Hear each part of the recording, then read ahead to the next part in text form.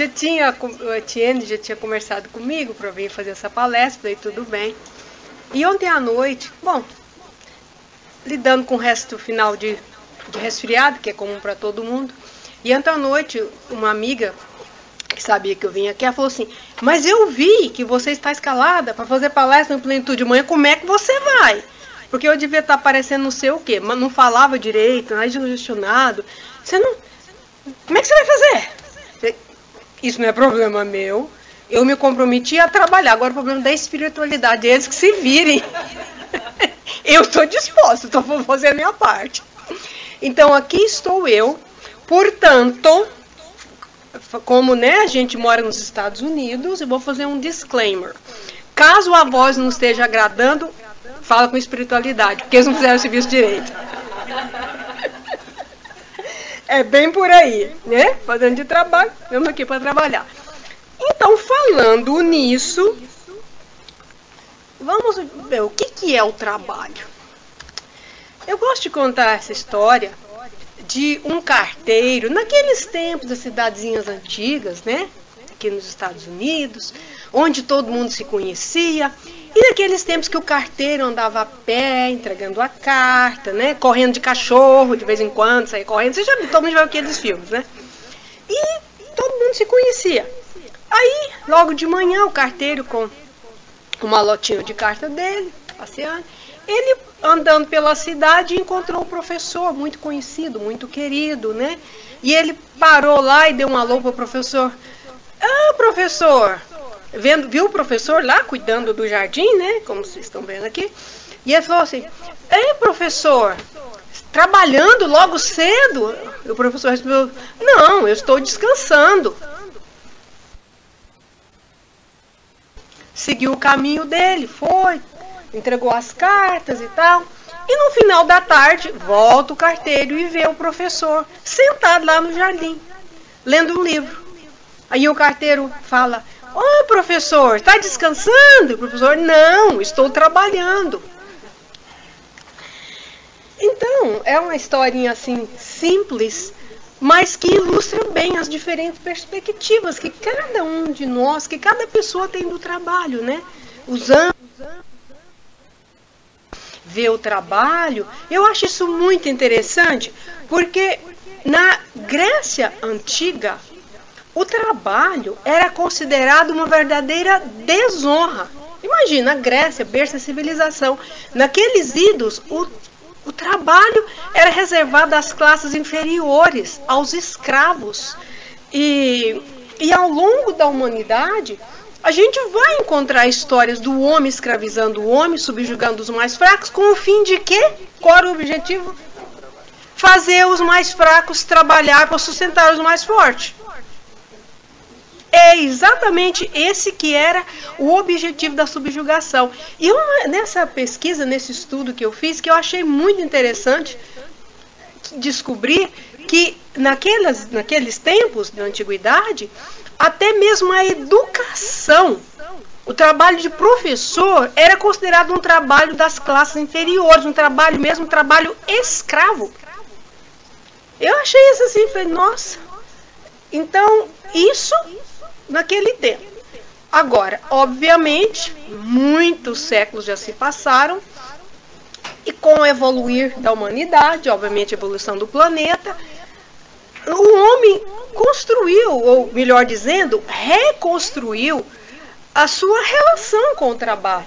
E o trabalho passou a ser visto de uma forma bem mais coerente com as nossas realidades de espíritos eternos. Porque nós não estamos aqui de passagem, todos nós que aqui estamos concordamos que somos espíritos eternos de passagem na Terra. E por isso mesmo, como nós estamos vivendo nesses corpos provisórios, o trabalho é uma parte fundamental da nossa evolução, e nós vamos ver por quê. Dentre as leis morais, dentre as leis divinas, as leis morais fazem parte, né, das leis divinas. E as leis morais são aquelas leis que cuidam no mundo da consciência, o nosso mundo da ética interior, o mundo da alma. Isso que são as leis morais. E dentre as leis morais, tem uma lei que é fundamental para a nossa jornada aqui no planeta Terra, que é a lei do trabalho. Essa lei, ela exerce um papel fundamental. Vamos continuando e nós vamos verificar aqui sobre o trabalho e a inteligência. Vocês acham que somente o trabalho intelectual nos agrega o conhecimento e valores que permite o desenvolvimento da inteligência? Sim ou não? Não, é isso mesmo, não, de jeito nenhum. Cada uma das atividades que realizamos tem um papel fundamental na nossa evolução, no nosso crescimento de espíritos eternos, porque alimenta os potenciais do nosso espírito, auxilia a nossa transformação, porque o trabalho, na verdade, ele nos proporciona muito mais do que a subsistência, do que comprar comida e pagar aluguel ou pagar o mortgage, pagar a prestação do carro. É muito mais que isso. O trabalho é um instrumento de evolução que, pela bondade do Pai, nos é oferecido para desenvolvermos a nossa inteligência. Sem o trabalho, nós estaríamos estagnados. E o importante não é o que fazemos, não é o trabalho que temos, mas como. O importante é o como fazemos. Se nós temos dedicação, se temos comprometimento, se não, aquela atitude, bom, eu fiz minha obrigação e pronto, não. Eu fiz além do que eu poderia fazer, com o maior esmero. Não é porque o chefe, ou o colega, ou o vizinho viu. Não, é para mim, dentro de mim, eu sei que eu dei o meu melhor. Isso, na verdade, acaba que sendo uma coisa até um pouco que egoísta, porque é a gente que sai ganhando, porque a gente evolui. A gente tem condição de rever antigas posturas, a gente tem condição de desenvolver uma série de virtudes que a grande maioria de nós precisa. De vaidade, de falta de tolerância. Quando a gente executa o nosso trabalho, independentemente de qual seja o segmento em que trabalhamos, com esse nível de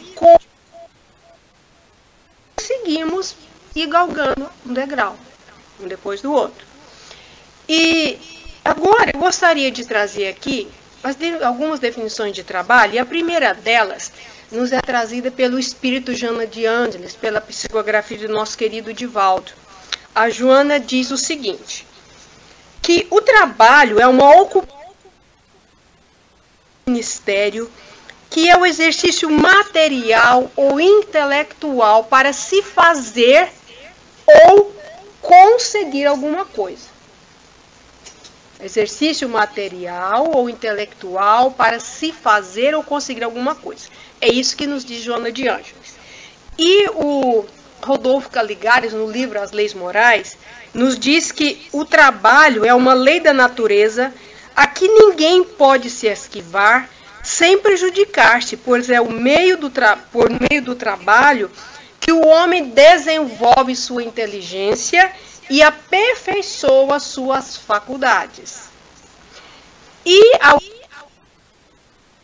momento é trazido pelo Espírito Emmanuel, pela psicografia do nosso querido Chico Xavier, quando ele nos diz que trabalho será sempre o prodígio da vida, criando reconforto e progresso, alegria e renovação. Analisando o que nos diz Joana de Ângeles, Rodolfo Caligares e Emmanuel, nós podemos ver que o conceito geral é um só. Definições diferentes quando você foca nesse momento. Mas, no geral, significa que o trabalho é uma ferramenta da nossa evolução. Na verdade, imprescindível para a nossa evolução de espíritos eternos.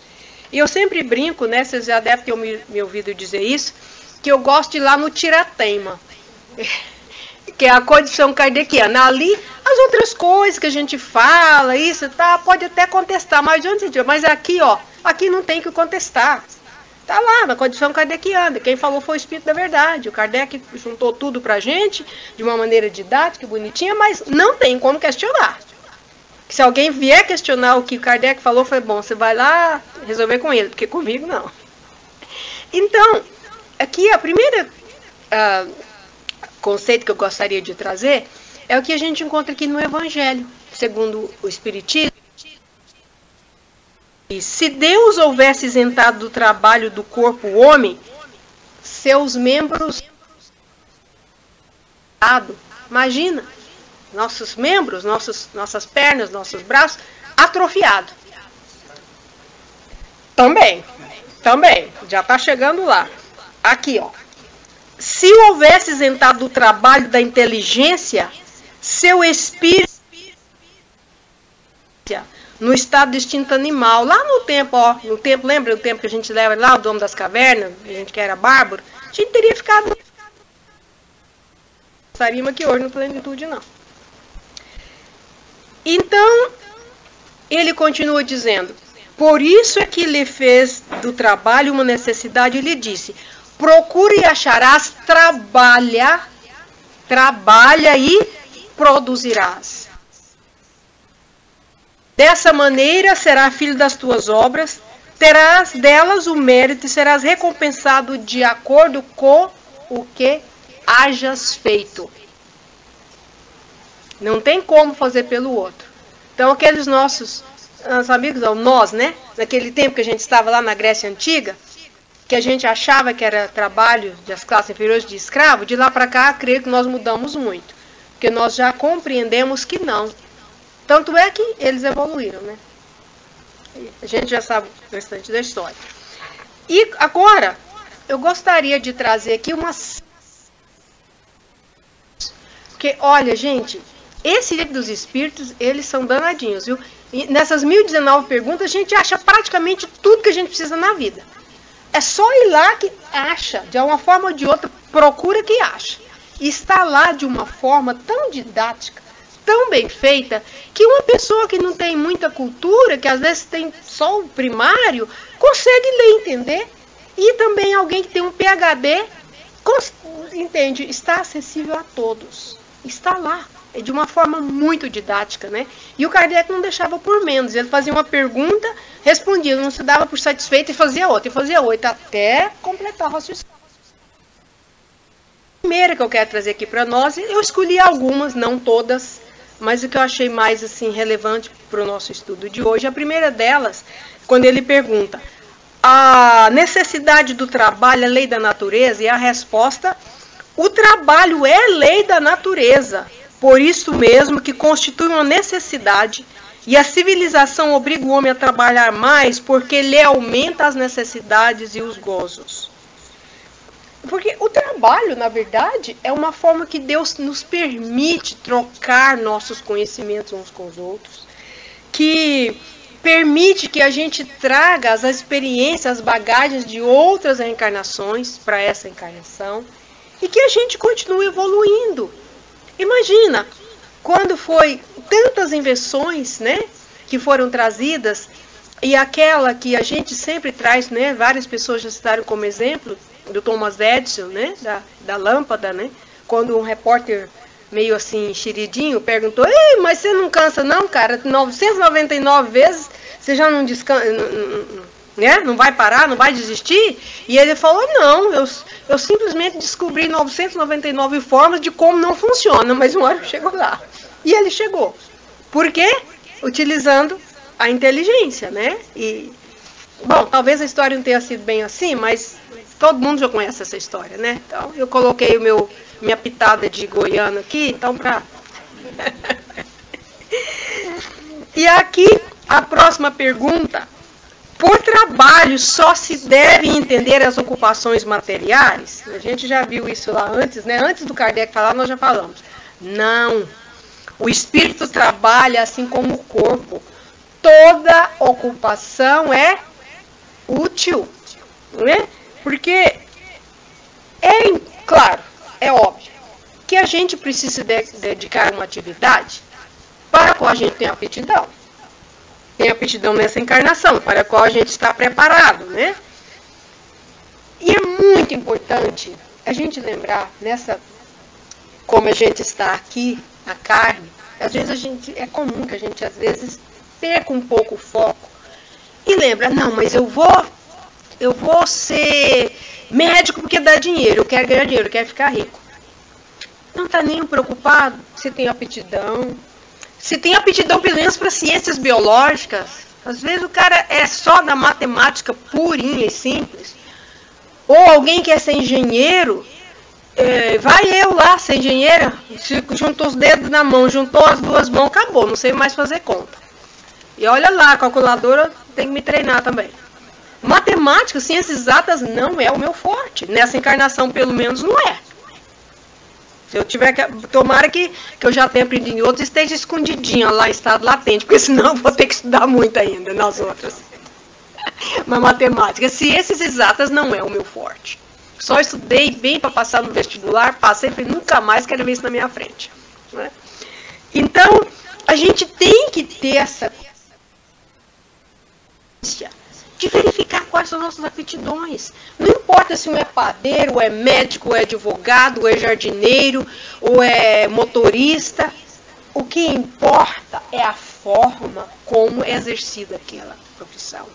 O amor, o comprometimento. E não tem nada demais ganhar dinheiro fazendo o trabalho certo. Não estou fazendo apologia à miséria aqui, não é isso. Mas nunca escolhi uma profissão só porque dá dinheiro. Agora, se a minha área é de ciências humanas, e dentre essas aptidões que eu tenho, essa aqui dá mais dinheiro, ok, tudo bem, né? Ou se eu estou num trabalho que eu não gosto de jeito nenhum, me sinto tremendamente infeliz, não gosto, estou lá porque eu tenho que pagar aluguel, porque eu tenho que botar gasolina no carro, eu detesto esse trabalho que eu faço, mas é o único que eu consegui. O que vocês acham? Tem que ficar lá porque é o que eu tenho ou o quê? Não, né? Procurar outro. Mas, obrigado, Débora, mas eu tenho que procurar outro sim. E se aquele outro eu não estou habilitada ainda a fazer? Eu vou estudar, vou fazer um cursinho, vou fazer um treinamento, vou fazer alguma coisa, vou utilizar a inteligência que está à minha disposição, vou ter um esforço adicional para me alcançar aquela meta. Nada de errado com isso. Mas é muito importante a gente verificar aqui a questão do comprometimento. Da gente não ficar estagnado num trabalho que detesta, que eu não aguento mais só porque eu tenho que viver e pagar as contas. Vamos lá, vamos rever. Vamos reavaliar as posições, porque sempre tem uma saída, de uma forma ou de outra. E vamos lembrar, só lembrar, que Jesus, o espírito mais evoluído que já passou por esse planeta, ele veio aqui mostrando para nós qual profissão, qual era a opção de Jesus? Carpinteiro. Ele não veio nem ministro de Estado, nem rei, nem nada. Ele veio como carpinteiro. E, no entanto, nem preciso dizer, né? Então, é isso. Então, é o que está aqui, ó. Que está aqui dentro. E não independente. Se é um médico ou se é um motorista de caminhão. Se é um jardineiro ou se é um cientista lá da NASA. Não interessa. É todo mundo igual. Não tem diferença. A diferença está no comprometimento de como que a gente executa alguma coisa. E aí, na próxima, a pergunta: por que o trabalho se impõe ao homem? Por ser uma consequência de sua natureza corpórea. É expiação e, ao mesmo tempo, meio de aperfeiçoamento de sua inteligência. Seria sempre na infância quanto à inteligência, por isso é que seu alimento, sua segurança e seu bem-estar depende do seu trabalho, da sua atividade. Ao que é muito usa a inteligência para suprimir essa limitação, mas é sempre um trabalho. Bem de encontro àquilo que a gente estava falando antes. Né? O trabalho é a mola propulsora que nos leva a procurar progredir, que nos leva a procurar uma condição melhor. No tempo que nós estávamos lá vivendo nas cavernas, vocês se lembram quando a gente caçava? E não, você não lembra não, não vem com gracinha não, viu? Eu não acredito nisso não. Se eu lembro, por que você não vai lembrar? Quase nós todos estávamos lá juntos, quando a gente caçava e comia a carne crua, nós utilizamos nossa inteligência. E a partir daí a gente passou a gostar de comer churrasco, né? Que no começo, claro, que era um churrasquinho sem sal, né? Mas depois veio algum inteligente lá e trouxe o sal, né? Imagino eu. Isso eu não lugar eu deduzo, que é questão de lógica. A gente sabe que o trabalho, ele está em todas as camadas, em todas as esferas, independente, né, de onde é que a gente esteja atuando, em que local do planeta nós estejamos atuando. Agora, essa aqui também eu acho ela fantástica, aliás, todas são. Achar-se-á isento da lei do trabalho o homem que possua bens suficientes para lhe assegurar a existência? Ou seja, vou falar mais. Quem não sabe, quem aqui de Goiás? Tem algum conterrâneo meu aqui? Tô sozinha, cadê os goianos? Me abandonaram? Bom, então talvez vocês não saibam o que eu vou falar, eu dou uma lição de goiano aqui para vocês. Então vocês acham que quando a gente tem dinheiro suficiente, que a gente não precisa mais trabalhar, a gente pode colocar o burrinho na sombra? Quem que sabe o que é colocar o burrinho na sombra? Se não for goiano, eu duvido que sabe. Ficar de folga, você negocia. Aí eles conhecem. O burrinho trabalhou o dia inteiro no sol, né? Aí depois, quando ele já fez a obrigação dele toda, aí você coloca o seu burrinho na sombra para descansar, né? O burrinho é o parente do cavalo, para quem não sabe. O primo do cavalo. Você coloca o burrinho na sombra para descansar. Então, se eu já tenho dinheiro, ganhei uma fortuna, ou herdei, eu posso colocar meu burrinho na sombra para descansar, porque eu já tenho dinheiro suficiente? Não. Do trabalho material, talvez. Mas não, porém, da obrigação de tornar-se útil, conforme os meios de que disponha, nem de aperfeiçoar a sua inteligência ou a dos outros, o que também é trabalho. Aquele a quem Deus facultou a posse de bens suficientes a lhe garantir a existência, não está, é certo, constrangido a alimentar-se com o suor de seu rosto, mas tanto maior é a obrigação de ser útil aos seus semelhantes, quanto mais ocasiões de praticar o bem que lhe proporciona o adiantamento que lhe foi feito. Adiantamento, fiel depositário da providência divina. Tem que ser utilizado. Então eu tenho que doar tudo, largar tudo. Não, não é isso. Colocar bem. Você é um empresário? Paga um salário decente para seus funcionários. Dá boas condições de trabalho. Não é deixar fazer o que quer, não, é exigente, mas precisa, olha, de repente o Raoni, eu vejo que ele tem condição e tudo, mas ele precisa de um curso de aperfeiçoamento, ele tem a boa vontade, paga aquele curso pro Raoni, mas não dá de graça não, faz ele pagar em pequenas e suaves parcelas de $5 por mês, por exemplo, mas dá aquela oportunidade, ajuda seu funcionário a ter um plano de saúde decente. E por aí afora, tem muita coisa, não é jogar fora, não é nem entregar de mão beijada, mas utilizar, e isso, está trabalhando, está utilizando inteligência, aliás, está trabalhando muito mais até do que muitos dos funcionários. Então, não tem, a quem mais foi dado, mais será cobrado, pedido, né? Então, quem é depositário de uma grande fortuna, mas eu ganhei com o suor do meu trabalho. Ganhou porque o pai permitiu, porque ele deu condição, senão não ganhava não. É um excelente exemplo, muito bem lembrado. Eu gosto também do exemplo. E não era, no começo ele não era, depois ele virou e passou a ser, né, o que ele é hoje. O benesse que ele é hoje, o quanto que ele ajuda instituições educandárias e tal. Realmente é um exemplo pra gente. E continua crescendo. Vamos ver mais outra aqui nessa mesma linha. Não há homens que se encontram impossibilitados de trabalhar no que quer que seja, cuja existência, portanto, é inútil. Pode ser descartado, pode ser jogado fora.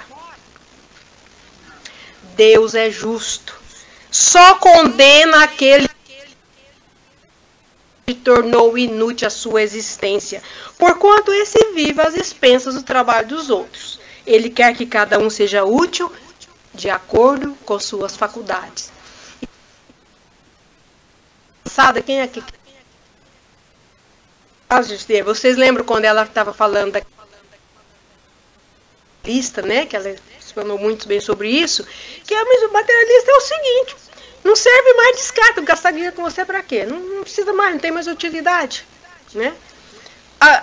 Aqui, a doutrina espírita, a visão aqui, né, mostrando aqui, que mesmo aquele que aparentemente não tem utilidade, tem sim, ele tem um cérebro, pode fazer muita coisa.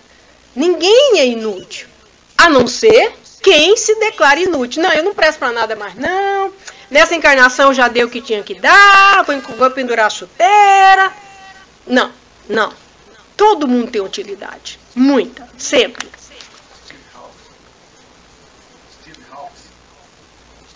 Steve. Pois é outro. Tinha desculpa para não fazer mais nada. Tinha desculpa mais? É. Como era doente? Fisicamente, né? Mas aqui, ó, é aquela história. A bondade divina, da providência divina é tão grande que dá a cada um de nós o que a gente precisa, gente. Toda vez, eu sei que a Maria está falando isso, mas não, eu estou falando para mim também, principalmente. Ó, tem 2 ouvidos falando que eu estou falando. Toda vez que a gente diz, mas não podia ser tá certo, então estou falando que Deus não sabe nada, que Deus errou. Ou então, se você acha que Deus é soberana, bondade, amor maior que não existe e tal, e você discorda de alguma coisa que está errada, então você está falando que ele errou. Então a gente tem que olhar o que a gente está fazendo para atrair aquelas experiências. Por que é que eu estou naquelas condições? E melhor ainda, o que é o que eu posso fazer para sair disso? Né? Então, e ele pergunta aqui, agora, sendo uma necessidade para todo aquele que trabalha, o repouso também não é uma lei da natureza? Então, a gente pode descansar, pode ter um repousozinho, ou só tem que trabalhar? Tem que descansar, né? Sem dúvida. O repouso serve para a reparação das forças do corpo e também é necessário para dar um pouco mais de liberdade à inteligência, a fim de que se eleve acima da matéria. E ele continua perguntando, bom, tem que repousar, mas qual que é o limite do trabalho? O das forças. Quanto ao resto, Deus deixa livre o homem. Afinal de contas, Deus nos deu o quê? O livre-arbítrio. O repouso é uma lei natural, sim, que todos nós devemos acatar para restabelecer nossas forças físicas, mentais e espirituais. Nós temos que permitir ao nosso espírito a oportunidade de se reequilibrar também. Então, utilizando o nosso livre-arbítrio, o nosso bom senso, nós temos a condição de determinar, de verificar qual é o limite das nossas forças. Não é que tem um peso e uma medida para todo mundo. Se cada um de nós verificarmos e fizermos uma autoanálise, nós vamos ter condição de determinar qual que é esse limite. Sem imposição. Fazendo uma análise coerente, objetiva, justa. Muito obrigada. Os espíritos não fizeram um serviço muito bem feito, não. Vou reclamar. Posso reclamar, não. Obrigada. Eu estou só brincando. Vocês sabem que Goiânia gosta de brincar, então não preocupa, não. Deixa pra lá. Agora, essa aqui, gente. Que se deve pensar dos que abusam de sua autoridade e impondo a seus inferiores trabalho excessivo? Isso é uma das piores ações. Todo aquele que tem o poder de mandar é responsável pelo excesso de trabalho que impõe a seus inferiores, porquanto, assim fazendo, transgride a lei de Deus. O Kardec fala forte, a espiritualidade fala forte, né? Os inferiores no sentido de subalternos, né? Dos funcionários. Tem o poder de mando, tem mais responsabilidade ainda. Não é deixar ficar aí no oba-oba, não, mas tem que ter coerência, tem que ter justiça. E porque sobrecarregar um semelhante com um trabalho além de suas forças, além do que é humano, é uma desumanidade. E é, coitado dos irmãos que assim agem, porque está pegando um peso bem pesado que vai ter que resolver mais lá na frente, né? Nessa época tinha escravidão. Ainda tinha escravidão, né? Ainda tinha. Ainda era normal, né? Os povos dominados. Agora, essa aqui também. O homem tem direito a repousar na velhice? Sim. Ao trabalho está obrigado apenas conforme suas forças. Mas que recurso tem o idoso necessitado de trabalhar para viver, se já não pode, se já não dá conta mais, não tem força, não dá conta? O forte deve trabalhar pelo fraco e na falta da família, a sociedade deve tomar o seu lugar. É a lei da caridade. Fora da caridade, não há salvação. É obrigação, sim. É obrigação, sim. Um dos mandamentos da lei de Deus é honrar pai e mãe. Nós temos, sim, a obrigação de cuidar dos nossos velhinhos queridos. Nós temos, sim, a obrigação de zelar pelo bem-estar material, mental e espiritual deles. Quantos filhos, veja bem, cada caso é um caso, mas quantos filhos ou filhas, sem a menor necessidade, colocam os seus velhinhos lá no asilo e abandona vivo? Claro que tem situações que precisa, aquele filho, aquela filha trabalha de sol a sol para prover. Você vai deixar em casa sem cuidados médicos, outros cuidados especializados? Precisa de colocar num local que vai ser atendido, mas dá assistência. Veja se aquele paizinho, aquela mãezinha está sendo bem atendido. Dê assistência na medida das suas possibilidades. De novo, está aqui a consciência, mas colocar lá para se livrar. Ou então leva para morar em casa, mas pega o quartinho mais ruinzinho, mais feinho, mais desarrumado e bota lá. E ensina os próprios filhos, que são netos, a ver o menosprezo com que esses velhinhos que deveriam ser queridos estão sendo tratados. Isso é muito sério.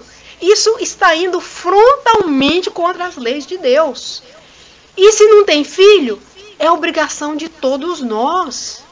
Um idoso desamparado, que não tem família mais imediata, e mesmo que tem família, às vezes aquele filho, aquela filha está precisando de ajuda, uma ajuda fraterna. É obrigação nossa, da sociedade.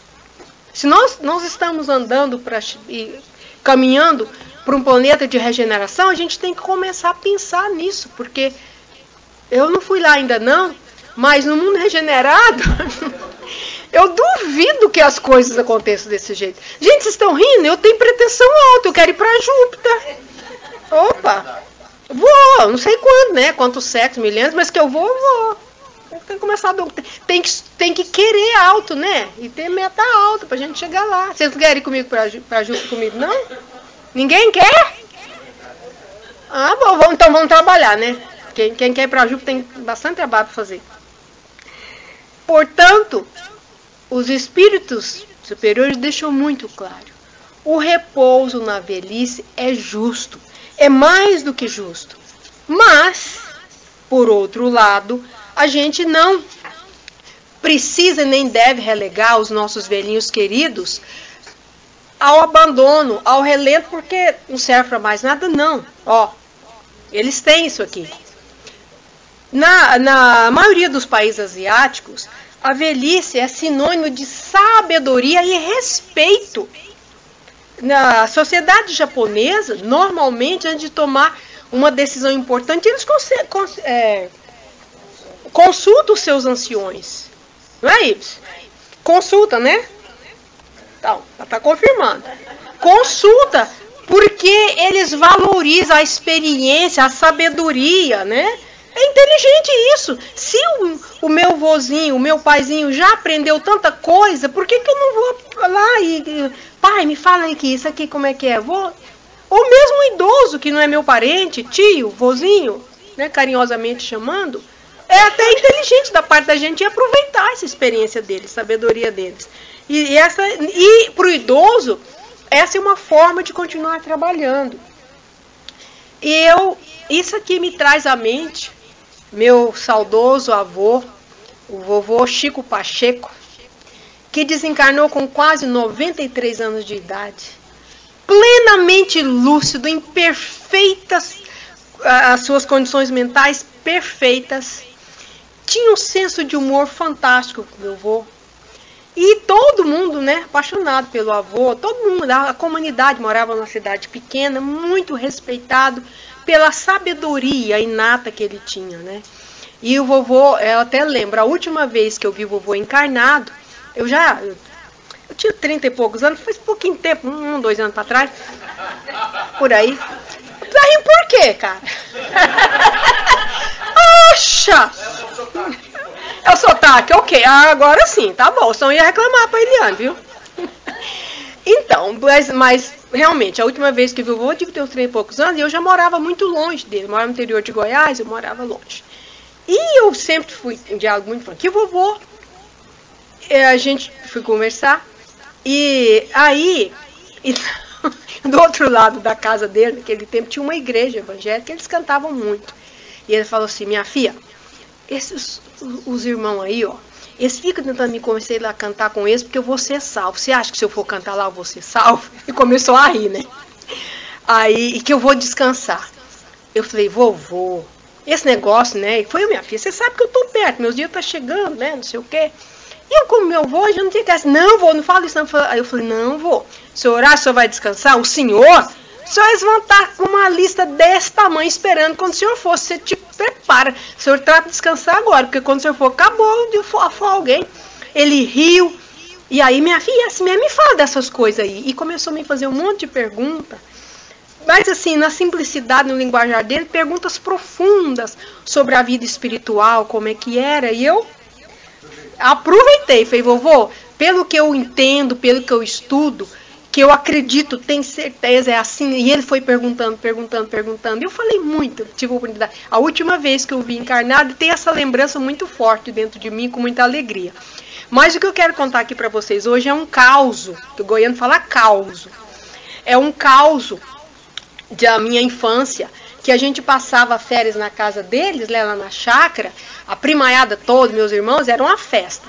E de noite, ia para a cozinha ao redor de fogão de lenha, eu vou contar os causos. Sempre tinha, né, os causos de português, porque ele é neto de português, então sempre tinha causos de português também. Mas os causos do vovô sempre tinham um fundo moral muito grande. E tem um caos que ele contava e que depois hoje, né, eu já vejo na internet, rodando na internet, mas a primeira vez que eu ouvi foi como o caos do meu avô, então eu vou contar como o caos do meu avô. A história é assim, que tinha um lavrador que tinha 7 filhos jovens, muito robustos, muito fortes. Já viram essa história na internet? Não? Ok, mas tem ela por lá. Talvez a versão seja um pouquinho diferente, mas o conteúdo é esse.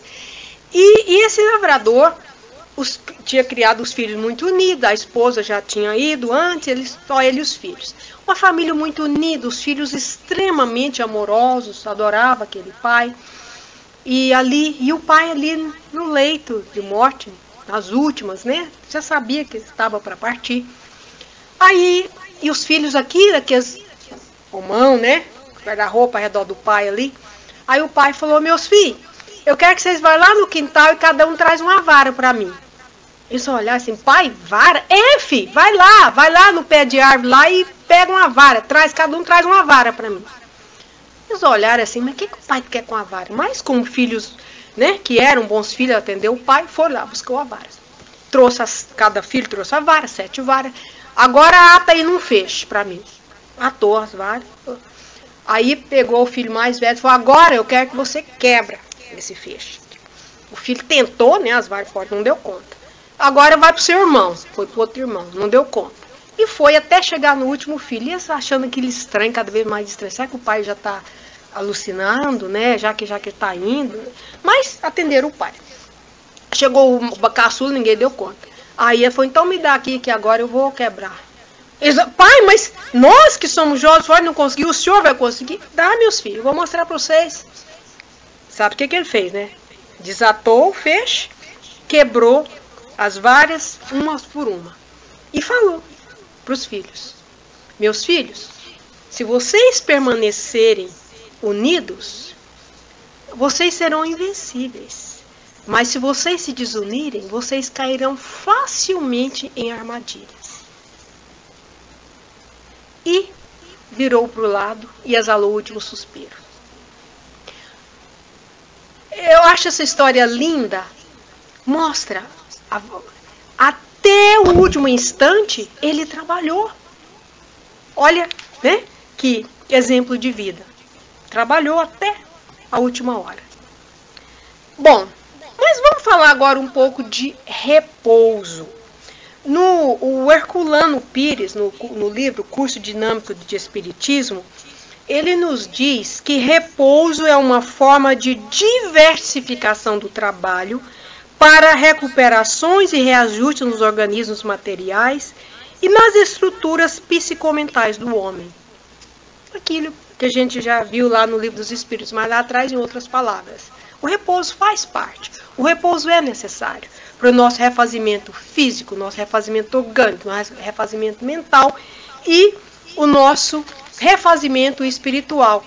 Para cada período de trabalho, há que se ter um período de repouso. Agora, é importante a gente lembrar que a gente não pode ser workaholic. Aquelas criaturas viciadas em trabalho, que não, se não estiver trabalhando, acha que tem alguma coisa errada, que trabalha longas horas por dia, que trabalha 7 dias da semana, 30 dias por mês e não para, e cai de exaustão. Está trabalhando até, deve ser umas 2 horas da madrugada e trabalha até cair dormindo, né? Então, a gente não pode ser viciado no trabalho de uma forma neurótica que vai, sim, afetar negativamente o nosso vaso físico, as nossas condições mentais e também espirituais. O repouso, como ele é entendido como mudança de atividade, ele é muito eficaz. Ele vai refrigerar o espírito, vai descansar o corpo. De repente você vai estar ali lendo um livro que não exige muito, não um livro de estudo, mas um livro light que você gosta, talvez de poesia, não sei, receita, sei lá, culinária, futebol, aprender técnica de futebol, desde que você não seja coach de futebol, né? Só por esporte. Então, nós precisamos sim de cuidar da nossa saúde física, mental e espiritual. Isso é fundamental. Nós não podemos trabalhar numa linha atormentadora que vai causar um curto-circuito no final. Não tem outro jeito. Bom, estamos falando de workaholic e de repouso. Agora, vamos falar de repouso e ociosidade. Porque é muito importante a gente lembrar que existe uma linha muito tênue entre o repouso e a ociosidade, ou em outras palavras, no popular, a famosa preguiça. Repouso e preguiça são os dois lados da mesma moeda. Tá ali, São os dois lados da mesma moeda. Agora, mas aí, como é que fica então?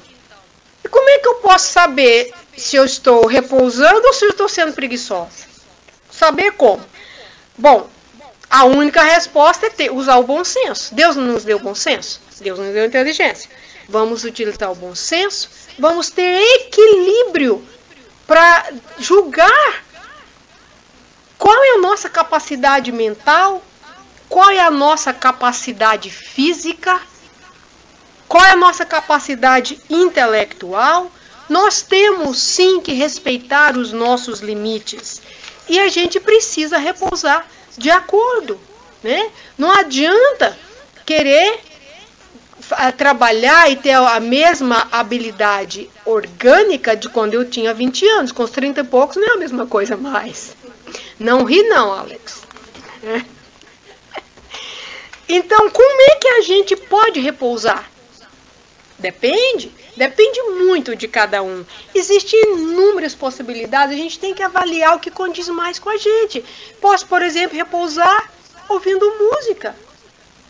Depende, a música clássica, ou a música bossa nova, se você gosta, ou um jazz, cantos evangélicos, música, cada um vai definir. Outra forma de repouso pode ser lendo um livro, né? Como a gente falou antes. Um livro, obviamente, que você não está estudando. Se você vai ler um livro que é de estudo, de um curso que o Raoni está fazendo, que o chefe dele pagou lá para ele pagar $5 por mês, não é isso, Raoni. Não estou falando isso não, tá? Não é esse curso, não. É um livro, por exemplo, eu adoro poesia. Vai ler um livro de poesia. Nossa, eu não estou gastando nada da minha mente. Eu estou realmente relaxando, né? Outra coisa, fazer uma caminhada no parque com o seu dog. Olha que cachorro lindo esse, tem uma carinha tão linda, né? Vai lá caminhar com ele, você vai fazer atividade física, você vai relaxar também, né? Você não gostou do cachorro, não, Eliane? Falta cadeira para caminhar sem. Ah, mas aí você tá querendo dar um tiro aí, né? Olha aí, tá vendo? Aí não vale não, hein? Então, gente, é muita... Mas de repente, olha, eu vou ter uma sugestão para você. Leva a cadeira, bota o husband para empurrar. Depois você levanta, caminha um pouquinho, quando cansa, Honey. E vem o Honey, empurra de novo, né? O meu é Honey, então... Acho que a Patrícia, né? Um dia ela tava lá em casa, essa Patrícia aqui, eu não sei o que ela chamou meu mãe, eu falei assim, cadê o Honey da Marilda? Honey da Marilda! Eu chamei de Honey. Cadê o Honey da Marilda, né? Eu falei, ok, bem que ela falou que era da Marilda, né? Menos mal, né, Patrícia? Deixou bem claro. Gente, tem uma história que circula na internet também, do pote de barro, que eu acho linda. Essa história foi trazida pela Célia Xavier Camargo na revista semanal de divulgação espírita. Eu acho muito linda essa história, eu vou ler aqui para vocês. Um pote de barro, velho e sujo, fora jogado fora por ser considerado imprestável.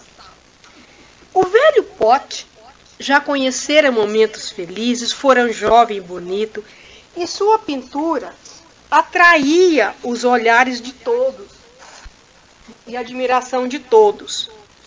Passara por mãos respeitáveis e tivera muita utilidade. Mas agora, depois de servir tantos anos com tanta lealdade, com tanta firmeza, ele fora considerado lixo e jogado fora. Só não quebrou porque ele caiu em meio a uma vegetação macia que lhe amortecera a queda. Triste, o velho pote de barro lamentava-se da sua sorte e da ingratidão dos homens. Sentia saudade das mãos amigas que o acariciavam antigamente, e a inatividade a que ele fora relegado lhe doía muito por dentro. Logo ele que desejava tanto servir e ser útil. O tempo passava e ele continuava ali jogado no chão, a chuva o castigava, o vento o enchia de terra. Veio o inverno e ele tremia de frio, porque ele morava lá no norte, né? Naquele inverno do norte. Então ele morria de frio, sem ter como se proteger. E ele estava lá, tremendo. E de repente ele viu aquela vozinha bem fininha, fraquinha. Oh, meu amigo pote, posso abrigar-me dentro de você? O vento me arrasta e o frio me castiga, eu não tenho onde ficar. E o velho pote, todo feliz, né? Poder ser útil, respondeu todo gentil, todo atencioso, com todo prazer, minha pequena amiga, entre no meu bojo e fique à vontade. E a sementinha ali ficou, protegida do frio, quietinha. E o velho pote, sem ter o que fazer e cansado da vida, adormeceu esperando a estação mudar, chegar a primavera e o tempo melhorar. E aí, o tempo passou, o inverno acabou, e certo dia, ele acordou a perceber os passos de alguém, né, ali perto, e que a pessoa falou, mas que lindo pote de barro! Aí o velho Pote olhou para os lados, olhou para ver a respeito de quem é que falava, e admirado, ele notou que ele estava falando a respeito dele mesmo.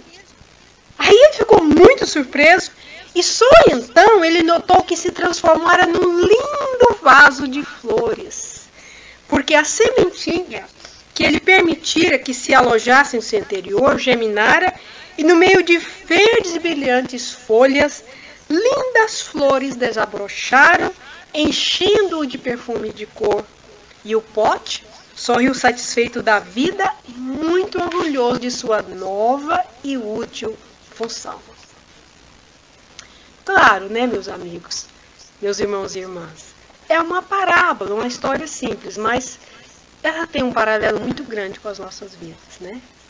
Todos nós temos a nossa utilidade. Desde uma criança que está nos primeiros passos, nas primeiras falas, quanta coisa a gente pode aprender com a inocência de uma criança, com o olhar de uma criança, com o adolescente, com a irreverência de muitos deles, mas eles querem nos comunicar alguma coisa e eles têm muito a nos dar, que nós podemos aprender. E nós também temos muito a dar. Ou seja, independentemente do estágio da vida em que nós estejamos no vaso físico, nós sempre temos algo a dar. Nós sempre temos algo com que colaborar. Nós sempre podemos ser úteis. E agora, nas palavras do nosso querido Bezerra de Menezes, dizemos: Senhor, auxilia-nos a servir, para que aprendamos segundo nos ensinaste. Nas horas tranquilas, induz-nos a trabalhar, aproveitando os tesouros do tempo, e nas horas de crise, conserva-nos em mais trabalho, a fim de não perdê-los. Se errarmos, faze-nos trabalhar na própria corrigenda. E, se acertarmos um dever a cumprir, acrescenta-nos o trabalho para sermos mais úteis. Senhor, ajuda-nos a compreender que o trabalho afasta a necessidade, imunizando-nos contra o mal, e auxilia-nos a lembrar que somente aqueles que aprendem a servir, unicamente aqueles que aprendem a servir, é que conseguem vencer. Que assim seja.